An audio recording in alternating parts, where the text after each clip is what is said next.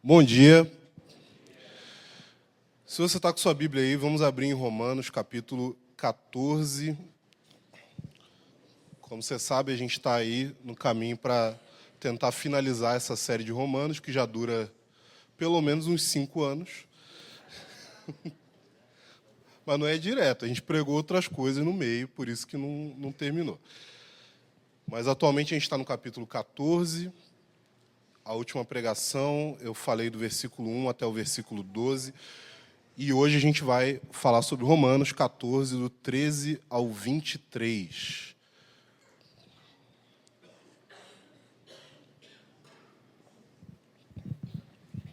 Romanos 14, do 13 ao 23, a palavra de Deus diz: portanto, deixemos de julgar uns aos outros, pelo contrário, tomem a decisão de não pôr tropeço ou escândalo diante do irmão. Eu sei e estou persuadido no Senhor Jesus de que nada é impuro em si mesmo, a não ser para aquele que pensa que alguma coisa é impura. Para esse, sim, é impura. Se o seu irmão fica triste por causa do que você come, você já não anda segundo o amor. Não faça perecer, por causa daquilo que você come, aquele por quem Cristo morreu. Não seja, pois, difamado aquilo que vocês consideram bom, porque o reino de Deus não é comida nem bebida, mas justiça, paz e alegria no Espírito Santo. Aquele que deste modo serve a Cristo é agradável a Deus e aprovado pelas pessoas. Assim, pois, sigamos as coisas que contribuem para a paz e também as que são para a edificação mútua. Não destrua a obra de Deus por causa da comida. Todas as coisas, na verdade, são puras, mas não é bom quando alguém come algo que causa escândalo. É bom não comer carne, nem beber vinho, nem fazer qualquer outra coisa que leve um irmão a tropeçar. A fé que você tem, guarde-a para você mesmo diante de Deus. Bem-aventurado é aquele que não se condena naquilo que aprova, mas aquele que tem dúvidas é condenado se comer, pois o que ele faz não provém de fé, e tudo que não provém de fé é pecado. O título da mensagem é Até onde vai a liberdade? Então, só para relembrar alguns e para situar outros, a gente está falando aqui de uma passagem na carta de Paulo para a igreja de Roma. Essa era uma igreja que passou por um período de várias turbulências. A igreja de Roma foi fundada por irmãos que provavelmente vieram da cidade de Jerusalém depois do dia de Pentecostes. Eles chegaram lá e eles eram judeus e eles passaram a fazer parte daquela cultura ali romana enquanto eles viviam o evangelho. E isso daí fez com que o evangelho fosse pregado, fosse espalhado. E assim como aconteceu em várias outras cidades, gentios que participavam da sinagoga, que tinham interesse na fé judaica, começaram a se aproximar da fé cristã. E com essa aproximação, aconteceu que eles se converteram a Cristo e a igreja passou a ser constituída de judeus e gentios. Vocês estão achando interessante os seios da moça ali? Gente, é uma obra de arte, pelo amor de Deus. É só tinta, tá? Calma.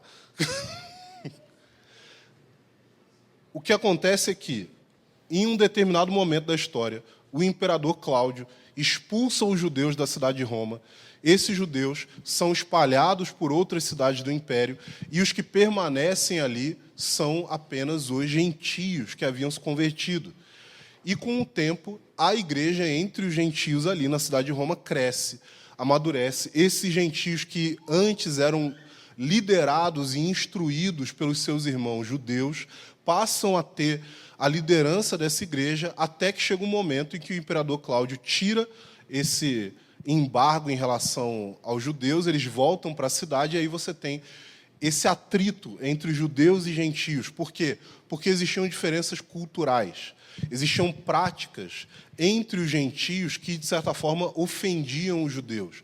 Existiam práticas entre os judeus que exerciam uma certa pressão nos gentios. E isso daí foi causando uma série de problemas que, quando Paulo escreve essa carta para uma igreja a qual ele nunca visitou, ele entende que a solução para os problemas relativos à unidade da igreja de Roma é o Evangelho. Essa é a solução. O Evangelho é o que vai fazer com que a igreja possa experimentar unidade. E quando a gente fala sobre unidade da igreja, é muito comum a gente pensar a unidade no sentido de a unidade entre nós aqui, como igreja, como uma congregação, e outros irmãos que são de denominações diferentes, de congregações diferentes. Mas essa unidade, com pessoas que estão distantes de nós, ela precisa ser secundária à unidade que nós temos na nossa integração com o corpo de Cristo. Você não pode buscar unidade com toda a igreja se você não consegue ter unidade com o seu irmão que está do seu lado. Você não pode dizer que você ama a humanidade se você odeia o seu vizinho. E Paulo está dizendo, olha, o Evangelho ele resolve os problemas do orgulho humano que fazem com que nós nos separemos uns dos outros. O Evangelho acaba com esse orgulho, por quê? Porque ele encerra todo mundo debaixo do pecado. Ele mostra para todos nós que nós somos pecadores, que nós não somos dignos da presença de Deus, mas que ele resgatou a cada um de nós por meio da obra do seu Filho Jesus Cristo. Então, Paulo vai dizer lá no início de Romanos, onde foi o orgulho, para onde ele foi? Ele falou assim, ele foi excluído, não pelas obras, não pela lei, não pela prática ou pela performance de cada um de nós, não. Ele foi excluído por conta da cruz, do Evangelho, da justificação pela fé. Então, esse é o contexto que Paulo está lidando aqui na igreja de Roma. E ele chega no momento da sua carta, depois de já falar muitas coisas sobre o Evangelho, ele começa a entrar em pontos práticos. O que é algo que a gente observa em várias cartas do Novo Testamento, que é, geralmente os apóstolos escrevem e eles gastam um certo tempo estabelecendo uma base teórica. Eles gastam um certo tempo falando o seguinte, ó, isso daqui é o Evangelho, isso daqui é a obra que Jesus realizou, isso daqui é o que Deus fez, o que Ele está fazendo, quem Ele é. E depois de estabelecer essa base teórica, eles começam a aplicar isso. Uma diferença que a gente vê é que em outras cartas, Paulo ele tem uma abordagem um pouco mais equilibrada entre teoria e prática. Mas por que ele tem essa abordagem com outras igrejas? Porque geralmente são igrejas as quais ele já visitou, que ele já conhece, algumas delas que ele mesmo começou. Então, eles já ouviram a pregação dele. Eles já sabem daquilo que é a fundamentação teórica, vamos dizer. Eles já sabem daquilo que tem a ver com a revelação de Deus em Cristo. Então, ele gasta um tempo falando sobre isso, mas ele parte para a prática. Em Romanos, ele vai gastar praticamente 11 capítulos falando quase que exclusivamente sobre o que diz respeito a quem Deus é, ao que Cristo fez e quais são as implicações disso para nós. E depois ele vai entrar em questões práticas. Depois ele vai falar sobre o exercício dos dons na igreja. Depois ele vai falar sobre como nós devemos relacionar uns com os outros. Depois ele vai falar sobre como a gente deve lidar com questões que são controvérsias. Ou seja, gente, não adianta. A Bíblia está sendo muito clara para nós, mostrando que o pragmatismo, ou seja, acreditar que somente aquilo que tem diretamente uma aplicação prática é a solução para as coisas. O pragmatismo é você achar que tudo aquilo que dá certo é certo. É você acreditar que não importa muito a teoria, não importa muito conhecimento, não importa muito as coisas intelectuais, o que importa é a prática. Só que todas as pessoas que pensam assim, na verdade, elas estão seguindo uma filosofia chamada pragmatismo, que alguém que pensa na teoria influenciou eles. Ou seja, eles são fantoches. Se você se orgulha de ser, e é muito comum, gente, na nossa cultura brasileira, as pessoas desprezarem um conhecimento que não tem a ver com algum tipo de consequência prática, principalmente se essa consequência tem a ver com dar resultado ou gerar dinheiro. O brasileiro tem a tendência de ser muito humilde quando ele é pobre. Mas se ele consegue ganhar dinheiro, não importa o quão ignorante ele acha que a opinião dele é mais importante que a de todo mundo. A gente tem isso daí na literatura brasileira. Se você... Agora eu não estou lembrando o... Como é que é o nome do autor? É o Lima Barreto. É isso mesmo? Lima Barreto? O Lima Barreto escreveu, num dos seus livros, que é bem conhecido, quando um cara chega na casa do outro e vê um monte de livro ali, e ele fala assim, por que esse tanto de livro? Você nem é um doutor? Ou seja, por que você está buscando conhecimento? Se isso não está te dando dinheiro, não está te dando status, não está gerando nada para você de benefício palpável. Essa é uma mentalidade que é muito comum dentro da nossa cultura. Nós não somos uma cultura que preza pelo conhecimento como algo que tem a ver com o desenvolvimento humano. E, gente, eu sempre toco nesse ponto que tem muita gente, muito cristão, que fala assim, cara, é que eu não gosto de ler. Eu não gosto de ler, cara, tem dificuldade. Você está na religião errada. O Deus que a gente crê escreveu um livro. A gente crê num Deus que é autor de livro. Se for assim, eu não gosto de ler. Assim, poxa, é igual você, sei lá, seu pai é mecânico, aí você fala assim, não suporto carro. Não tem sentido. Se for assim, eu não gosto de ler, vai para macumba. Não tem que ler. Que eu saiba. Que eu saiba, não envolve muita leitura. Envolve manuseio de certos alimentos, mas talvez é um negócio que encaixa mais com você, né? Mas, gente, nós somos o povo do livro. Fala assim, mas eu não gosto de... Não, e olha, eu vou um pouco além disso daqui, tá?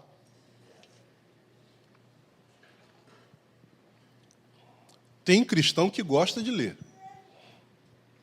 Gosta de ler teologia. Mas ele fala assim, eu não tenho paciência para a história. Você já leu a Bíblia? A Bíblia tem muito mais narrativa do que conteúdo que está falando sobre teoria. É muito mais narrativa. Todas as conclusões dos apóstolos, todas as doutrinas que nós conhecemos, elas foram formuladas a partir da narrativa bíblica. Os primeiros livros da Bíblia não são tratados teológicos. Eles são história. Eles contam a história de um povo, do povo de Israel. E aí tem um monte de crente que o cara fala assim, eu gosto de teologia. Aí ele fica com o quê? Uma síndrome que um amigo meu batizou muito precisamente de cabeça de apostila. O cara fica com cabeça de apostila, ele só pensa em proposições lógicas. É um negócio que, assim, não tem a ver com a nossa fé. Quer dizer que a gente não deve se preocupar com doutrinas, com conhecimento, com entendimento, com não é isso que eu estou dizendo. O que eu estou dizendo é que a fé cristã foi passada de geração para geração através de histórias.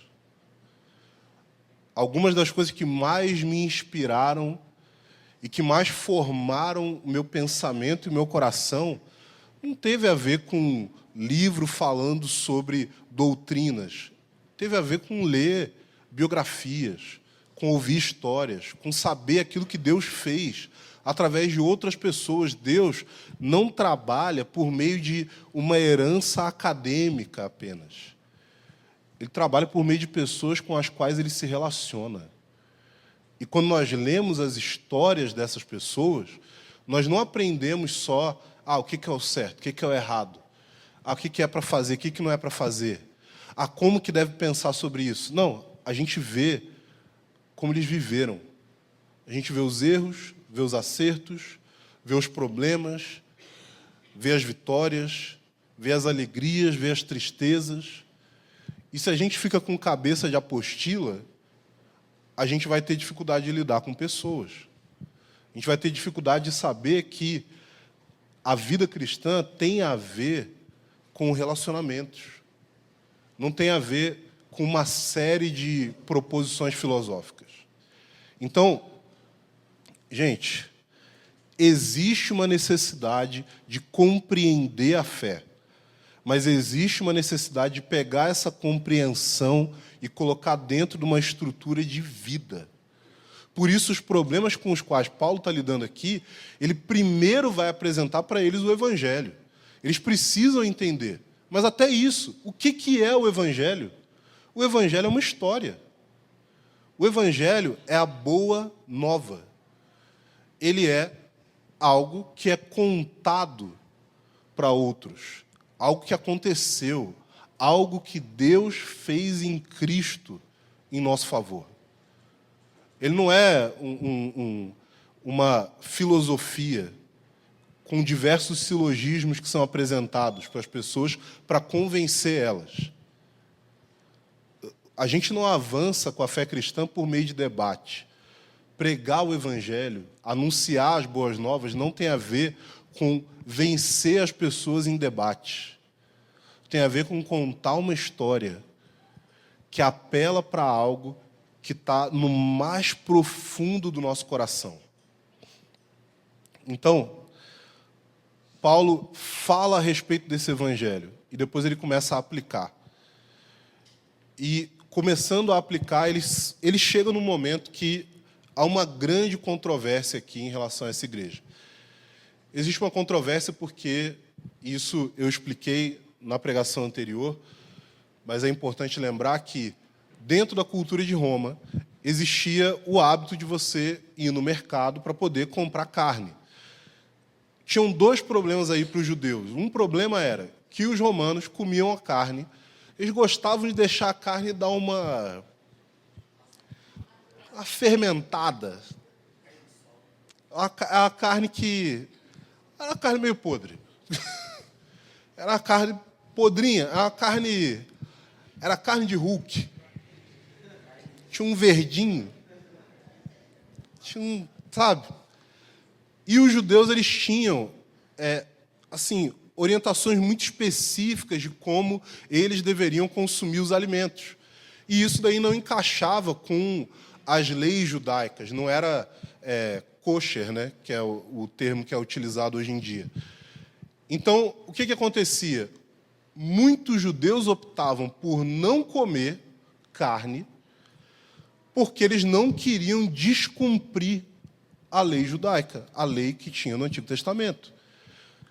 E a inspiração deles para isso era a mesma inspiração que alguns crentes tiveram na sua infância, adolescência, a inspiração que muitos extraíam de uma história bíblica para quê?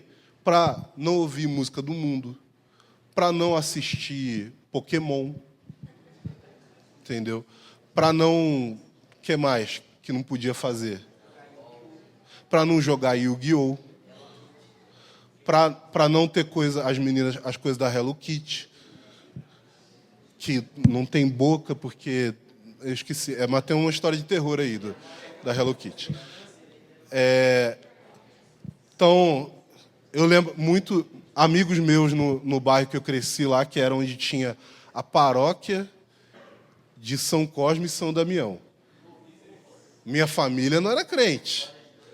Então, eu deitava os cabelos. Mano, você andava na rua, os caras jogavam doce em você. Você ia Você ia só pegando assim, ó. Você ia só pegando. Todo mundo dando overdose, as crianças tudo com os olhos arregalados. Chegava no dia com o Damião para botar para dormir, o moleque tava assim, vou dormir aqui, mãe. Tô dormindo. Os moleques ficavam endemoniados de açúcar. E os amiguinhos crentes ficavam o quê? Porque não tem bicho mais supersticioso do que filho de crente. Contava histórias mirabolantes, porque você não sabe que isso daí. Os bichos viravam o Zé do Caixão. Você vai comer esse doce e vai virar do avesso. E aí o negócio ficava aquele terror. A gente ligava? Não, porque a gente já estava elétrico. Tipo, 6 horas da manhã, a gente já estava comendo doce. Então não tinha como parar mais. E alguns amigos meus, que eram crentes, criança, moravam no bairro da paróquia de São Cosme e São Damião, recebiam um monte de doce. O que eles faziam? Eles se juntavam, iam para um lugar escondido e oravam. Repreendiam todo o mal do doce, que na cabeça deles tinha, né, todas as histórias mirabolantes do Zé do Caixão Gospel.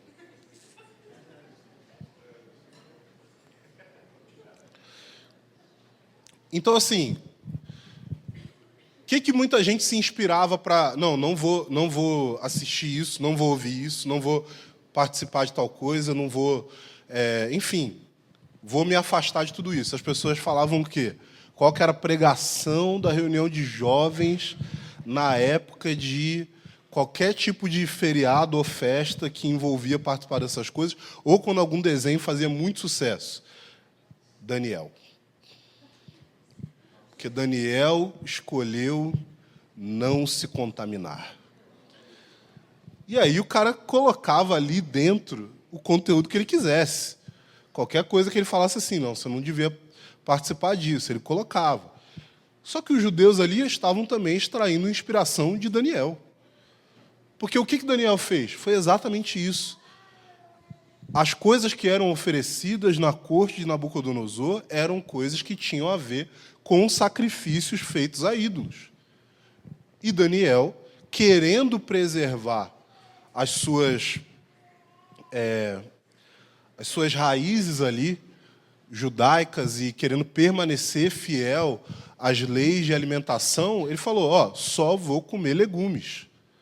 Só vou participar disso e não vou participar dessas carnes aí, porque isso daí não está sendo feito de acordo com a lei. E o que Paulo está dizendo aqui não é, em momento algum, que essas pessoas que não comiam certos alimentos, que preservavam determinados dias, Paulo não está argumentando, em momento algum, que eles deveriam fazer isso. Esse não é o alvo da fala de Paulo. Ele não está dizendo, vocês comem lá o doce de Cosme Damião, participa lá da festa de São João, faz não sei o quê, vê Pokémon, porque aí você vai ser mais espiritual, sabe? Joga Yu-Gi-Oh! Não era nada disso. Paulo estava preocupado com o quê? Por conta de determinadas formas de encarar certos aspectos da vida, vocês não deveriam dividir a igreja. Vocês não deveriam olhar para o outro e falar, o outro é menos espiritual porque ele faz isso. Porque não está falando de pecado. Não está falando de algo que tem a ver com pecado. Está falando de algo que tem a ver com o que alguns autores vão chamar de distintivos étnicos judaicos. Ou seja, coisas que têm a ver com a estrutura do pensamento da sociedade judaica, que veio sim da Bíblia, mas que não deveria ser imposto sobre os gentios. E é por isso que Paulo briga com Pedro, que Pedro está lá comendo junto com os gentios, ou seja, aos olhos dos judeus ele já está errado. Não devia sentar para comer com eles. Não devia comer as mesmas coisas, de acordo com os judeus ali daquela época. Mas Paulo observa que, enquanto tá só ali os gentios e Paulo, Pedro está lá comendo junto com os caras. Depois que chega alguns irmãos que têm uma tendência um pouco maior de serem rígidos em relação ao judaísmo, Pedro finge que não conhece. Sabe, já teve um amigo assim? Assim, é teu amigão, quando não tem ninguém perto. Aí chega o pessoal lá, tal, tem alguém que não gosta de você, aí ele finge que, não, nem conheço você. E aí, Paulo vai lá e fala, cara, o que é isso aqui? O que você está fazendo? Agora há pouco você estava aí sentado comendo. Chegou fulano aí, os caras que andam com o Tiago, você agora é o judeu exemplar. Que hipocrisia é essa? E aí ele vai lá e fala isso na frente de todo mundo. Né? Paulo, paz, difícil. Difícil convivência, o irmão. Não deixa passar nada.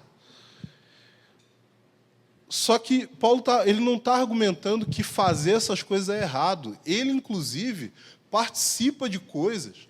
Quando ele, por exemplo, vai para Jerusalém, ele faz sacrifício, ele está lá junto, ele entende, eu sou judeu e não tem problema eu fazer isso. O problema é quando eu imponho sobre outros isso, como se, sem adotar as práticas judaicas, essa pessoa não pudesse ter fé em Cristo, ou eu até admito que ela tenha fé em Cristo, mas eu vou dizer que ela tem uma espiritualidade inferior se ela não adota essas práticas judaicas aqui. E é isso que Paulo está batendo nessa tecla. Ele está tocando nesse ponto vez após vez. Nem aqueles que querem viver uma vida um pouco mais restrita por conta das suas sensibilidades, da sua consciência. Não está errado fazer isso, mas você não deveria condenar o outro. Mas quem tem mais liberdade e não se sente mal participando dessas coisas, seja judeu ou não. Mas se você não se sente mal, se para você não tem problema assistir Pokémon, assistir, sei lá, Naruto, assistir One Piece, se você tiver paciência, se para você não tem problema, tudo bem, mas não impõe isso sobre outros. Não exija que os distintivos da sua liberdade se tornem distintivos de espiritualidade. Você não precisa fazer com que a pessoa abra a mão das suas sensibilidades para que essa pessoa cresça na fé. Paulo vai deixar uma coisa clara. Existem os fracos e os fortes. Quando ele fala dessa fraqueza e dessa força, ele está falando a respeito da sensibilidade, da consciência de cada um. É simplesmente isso. Ele está falando assim, se a sua consciência é muito sensível, e se você participar disso vai te fazer mal, você vai se sentir pecando, fazendo algo de errado. Não faz. Mas se isso não te incomoda, faz. Você está quebrando os mandamentos de Deus? Você está fazendo mal a outra pessoa? Você está incorrendo em algum comportamento que é claramente pecaminoso, que não tem a ver simplesmente com distintivos judaicos, distintivos étnicos, ou seja, leis de alimentação, leis a respeito de festas e dias que devem ser guardados. Cara, se é isso, e você não se sente mal, você é livre. Mas não força isso sobre outros. Não força isso. Isso é um problema muito sério, porque muita gente começou a ter uma compreensão a respeito da fé que passou a ser um pouco mais abrangente do que a de outros. Pessoas começaram a olhar e falar assim, cara, mas não tem problema. A pessoa simplesmente ela chegou à seguinte conclusão. Olha, primeiro, vamos falar de um assunto, né, que eu sei que em muitos ambientes é polêmico. Música. Gente, não é que não exista música do mundo. É que só existe música do mundo. Eu não ouvi música alienígena até hoje. a não ser em ficção. Mas, cara, a questão é, você não gosta, te faz mal? Para mim, o que existe é, você tem música boa e música ruim. Você tem isso. Mas até mesmo esse boa e ruim precisa tomar muito cuidado para que a gente não imponha categorias e preconceitos da nossa parte em relação ao gosto alheio. Quando eu falo música boa e música ruim, eu estou falando a respeito do seguinte, ao que essa música se propõe a fazer. Você não vai criticar a qualidade técnica de uma banda de punk rock. Não tem como. A falta de qualidade técnica, muitas vezes, faz parte da mensagem que quer ser transmitida. E isso está coerente. Mas o que existe ruim é, cara, existe música que não faz aquilo que se propõe a fazer, ou existe música que tem uma mensagem profundamente nociva. Tem isso. Tem isso. Mas até isso, a gente não está falando de pecado. A gente tem que avaliar pelo quanto que aquilo ali afeta as pessoas. Quantas vezes na vida você não ouviu músicas que, talvez assim, músicas que eram em outra língua e você não entendia. Eu ouvi um meme interessante, eu vi esses dias aí, que era o cara falando assim, eu e meus amigos juntos, aí tá tocando um rap lá, aí os caras estão felizes e tal, conversando, aí o cara põe como se fosse a tradução, né? Aí tá lá assim, assassinato e drogas e tráfico e drogas e roubo e desgraça e chacina e não sei o quê, e os caras estão lá de boa. Pô, cara, tão bom estar aqui, meus amigos, amo vocês. Mas, mano, a questão é em relação ao que aquilo ali gera em você. Te faz mal? Não faça. Não te faz mal? Você é livre para fazer ou não. Você pode escolher não fazer uso de coisas que você crê que são lícitas, que você não se sente mal, mas que você entende que aquilo ali não é interessante de fazer parte da sua vida naquele momento. E é exatamente esse ponto que Paulo está enfatizando nessa parte da passagem. Ele está dizendo, olha, existem coisas que causam tropeço, que são escândalo para os meus irmãos. Lembrando aqui, gente, que tropeço e escândalo, o entendimento correto a respeito disso não é o que a gente geralmente ouve por aí, de que, olha, se você, que é uma pessoa madura, faz uso de tal coisa, você ouve música secular, e aí outra pessoa se sente mal, acha que está pecando se ouve música secular. Aí essa pessoa sabe que você faz aquilo ali. Aí ela, por saber que você faz, ela vai lá e vai fazer também. E aí, se ela fizer, ela vai pecar. E aí, se ela pecar, aí o negócio é culpa sua. Gente, não é isso a definição que a Bíblia dá. Porque, para isso, a gente precisaria dizer o seguinte, ou o discurso é todo vazio, porque dizer que tem liberdade, mas no fim das contas, você não pode ter liberdade, porque sempre vai ter alguém que vai ter dificuldade com aquilo ali. Isso não é o sentido que está sendo falado. O sentido que está sendo falado é o seguinte, causar tropeço ou gerar escândalo é você fazer com que, em alguma circunstância, a pessoa seja obrigada a participar de algo que fere a consciência dela. Por que Paulo está falando isso aqui?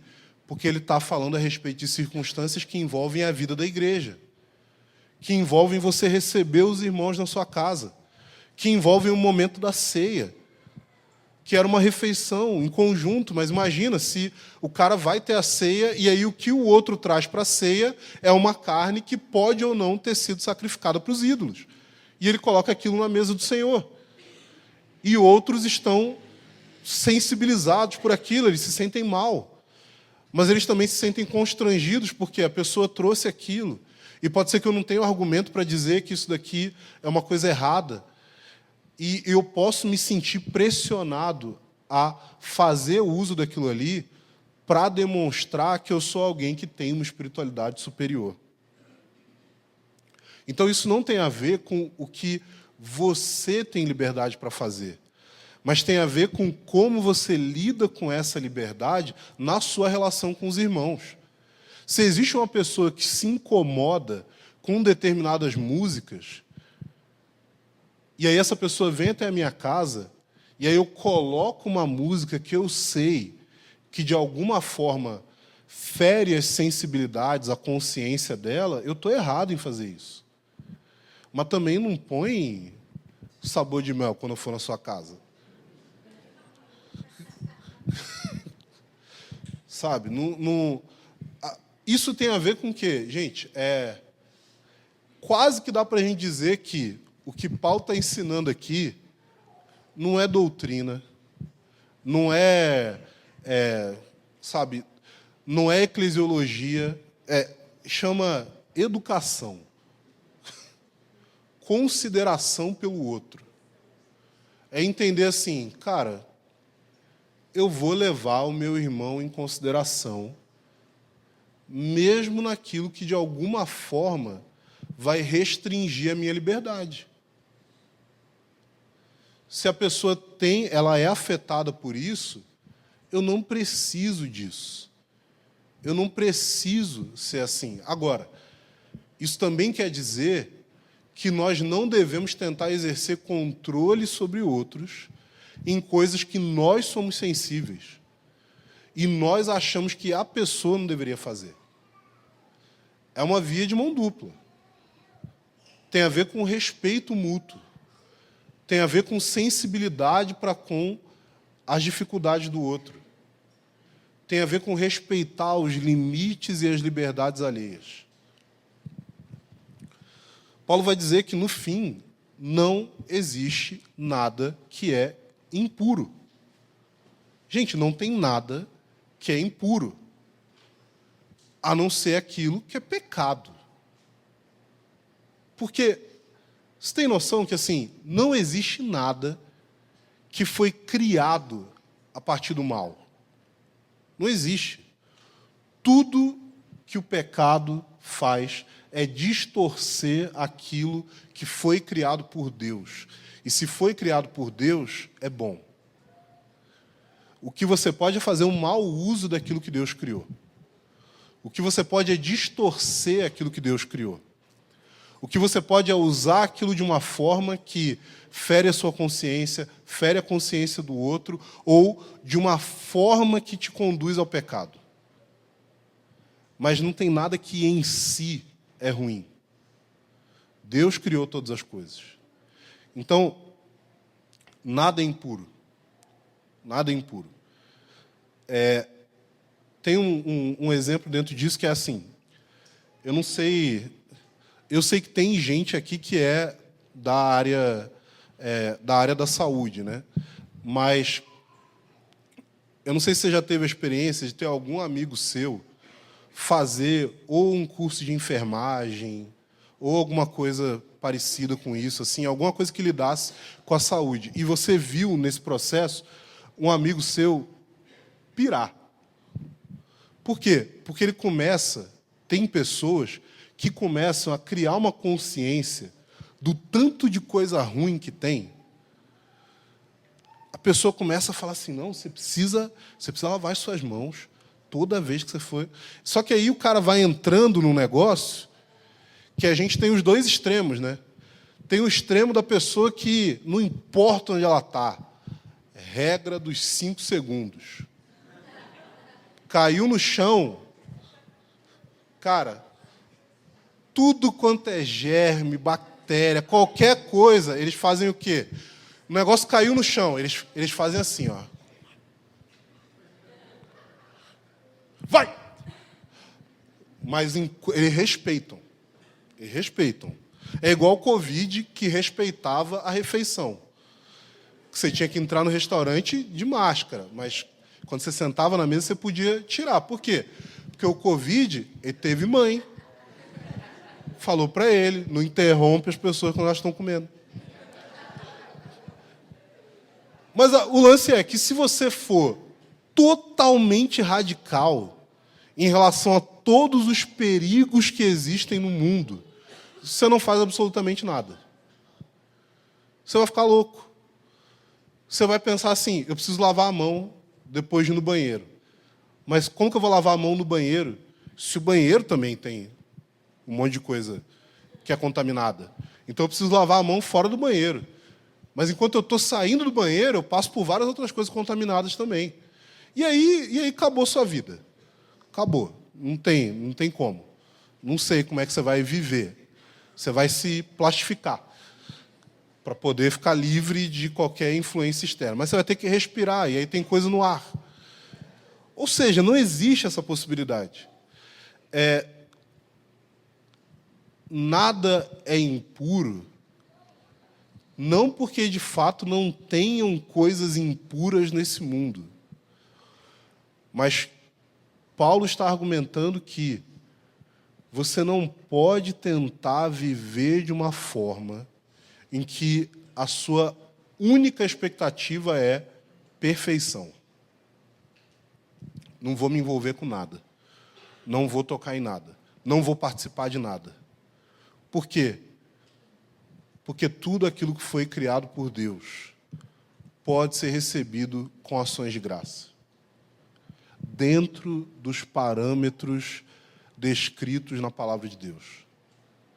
Então, não tem coisas... Gente, o ser humano, na sua origem, não é impuro. Sexo não é impuro. Nada disso é. O problema é quando nós usamos dessas coisas de uma forma que vai contra a ordem criacional de Deus. Só que, desse ponto de vista, a gente precisa pensar, tá, mas qual que é o limite? Até onde a gente vai? O que eu devo cuidar? Um limite óbvio é pecado. Pecado. A gente estava aqui ontem, eu estava falando com solteiros e eu falei, gente, é muito difícil, assim, dentro do nosso contexto, da nossa cultura, você querer se casar com alguém se você não se relaciona, se você não conversa, se você não tem amizade com pessoas do sexo oposto.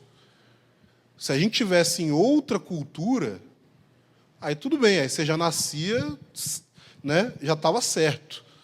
Ó, fulano vai casar com fulana. Mas na nossa cultura você precisa interagir. Senão não vai rolar.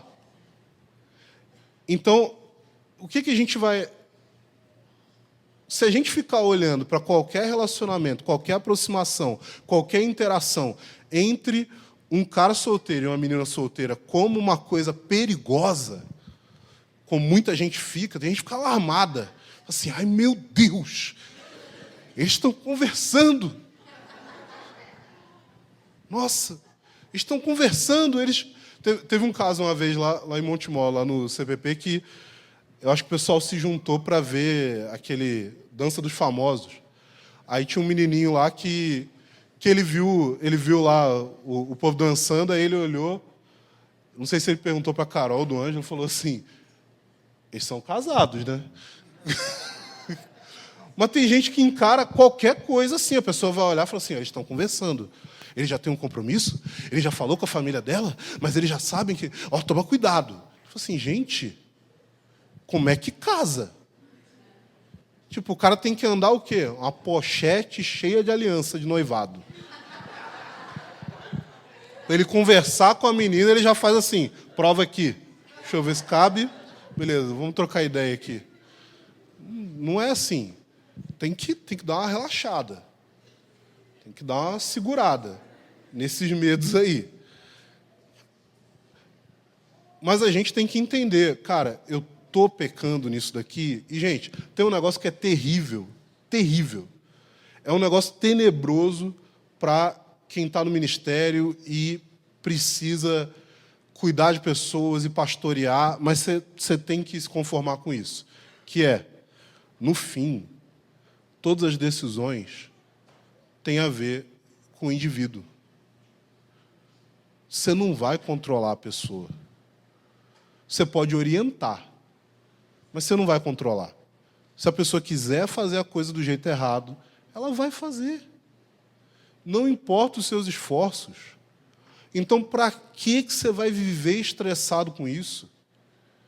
Para que você vai... Obrigado, cara. Para que você vai ficar tentando impedir a pessoa de errar? Gente, as pessoas vão errar. Faz parte. Tem erro que dá para ser evitado? Tem. Mas não dá para você evitar o erro alheio. Só dá para a pessoa ter a postura de, não, eu vou ouvir, eu vou me desarmar, eu vou dialogar, e aí eu vou perceber assim, o que é coerente ou não. Mas não tem como você impedir os outros de cometerem erros.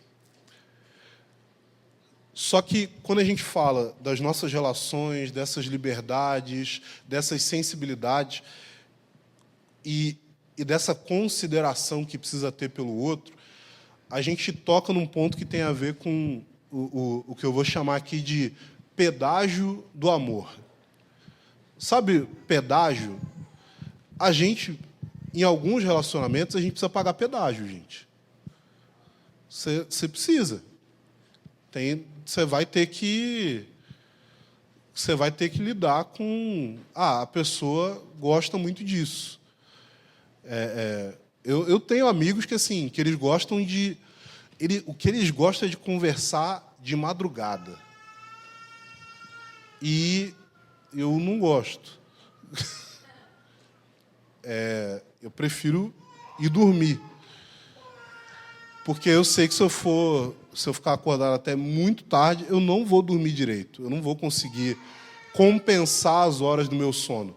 Então, só que tem hora que você vai ter que pagar aquele pedágio. Você vai ter que sentar com a pessoa, conversar com ela, ir dormir tarde. Seu outro dia vai ser uma droga. Mas você fala assim, cara, de vez em quando eu preciso fazer isso. Tem gente que você vai ter que estar com a pessoa e você vai ter que ver uma série de vídeos no YouTube. Você vai ter que lidar com o hiperfoco atual do irmão. Você vai ter que... enfim, você vai ter que conviver com certas coisas que não são fáceis. Mas que você olha e você fala assim, cara, vale a pena. Vale a pena. Eu não estou fazendo isso porque essa coisa em si me agrada. Mas é porque eu amo a pessoa. E eu sei que é um preço pequeno a pagar dentro do nosso relacionamento para que a gente mantenha a nossa amizade. Então, você vai pagar pedágio para outros e, às vezes, você vai exigir pedágio de outros. E está tudo bem. Mas a gente precisa ter uma visão em relação ao outro que leve em consideração assim, olha, eu não quero empurrar a pessoa para ir além dos limites dela. E não tem problema. As minhas liberdades não me são tão caras, não são tão preciosas para mim, que eu possa trocar um relacionamento com a pessoa simplesmente para desfrutar de alguma liberdade que é uma coisa muito comum. Paulo vai dizer que o reino de Deus não é comida e nem bebida. E o que ele quer dizer com isso, eu vou encerrar falando disso. Se o pessoal da música quiser já voltar, já pode ir voltando. É que existe uma fala dentro da história do cristianismo que diz basicamente o seguinte, que no essencial nós temos unidade, mas nas demais coisas, liberdade. Naquilo que é essencial à fé, naquilo que é realmente de suma importância para que a gente possa viver uma vida cristã saudável. A gente vai manter a unidade, a gente vai perseverar por isso. Mas naquilo que não tem a ver com isso, não tem a ver com coisas essenciais, não tem a ver com você abraçar coisas ou não que definem se você é ou não é um cristão. Cara, nessas coisas, a gente precisa ter flexibilidade. A gente precisa dar liberdade ao outro. A gente precisa entender que, assim, olha, Essa pessoa tem um pensamento assim em relação à música, em relação a esses eventos culturais, em relação a determinadas coisas e práticas da sua vida, e está tudo bem. Porque o reino de Deus não é comida nem bebida, mas ele é justiça, paz e alegria no Espírito Santo. Significando que a gente pode experimentar uma vida em que, ao mesmo tempo, nós olhamos para a justiça de Cristo como sendo a nossa âncora, aquilo que nos firma, e a gente também pode ser transformado pelo poder do Espírito que vai infundindo essa justiça em nós. A vida cristã não tem a ver com você chegar perfeito. Ela tem a ver com você olhar para a perfeição de Cristo e ser transformado à imagem dele. Ela tem a ver com você saber que a base de tudo é a paz que nós temos com Deus, baseado no sacrifício de Jesus. A vida cristã tem a ver com experimentar uma alegria que não pode ser suprida por qualquer liberdade que a gente tenha. Não pode ser suprida por, principalmente, qualquer pecado que a gente vai cometer. O pecado, gente, ele é simplesmente propaganda enganosa. Ele diz que ele vai te satisfazer, mas ele nunca cumpre isso. Mas se a gente quer viver a vida cristã da forma como Deus nos chamou para viver, a gente vai poder olhar para essas coisas essenciais e a gente vai poder respeitar tanto as liberdades quanto as sensibilidades uns dos outros, de forma que a gente possa caminhar junto em direção a Ele. Então, quando você olhar para os seus irmãos e você perceber que vocês têm diferenças do que vocês acham que cabe ou não cabe, do que vocês acham que é correto ou não, mas essas diferenças elas têm a ver com coisas superficiais. Pensa que aquela pessoa ali é uma pessoa por quem Cristo morreu, é uma pessoa que tem a vida de Deus nela, e que essas pequenas diferenças não valem a pena ser ressaltadas ao ponto de você perder a unidade com o seu irmão. Amém?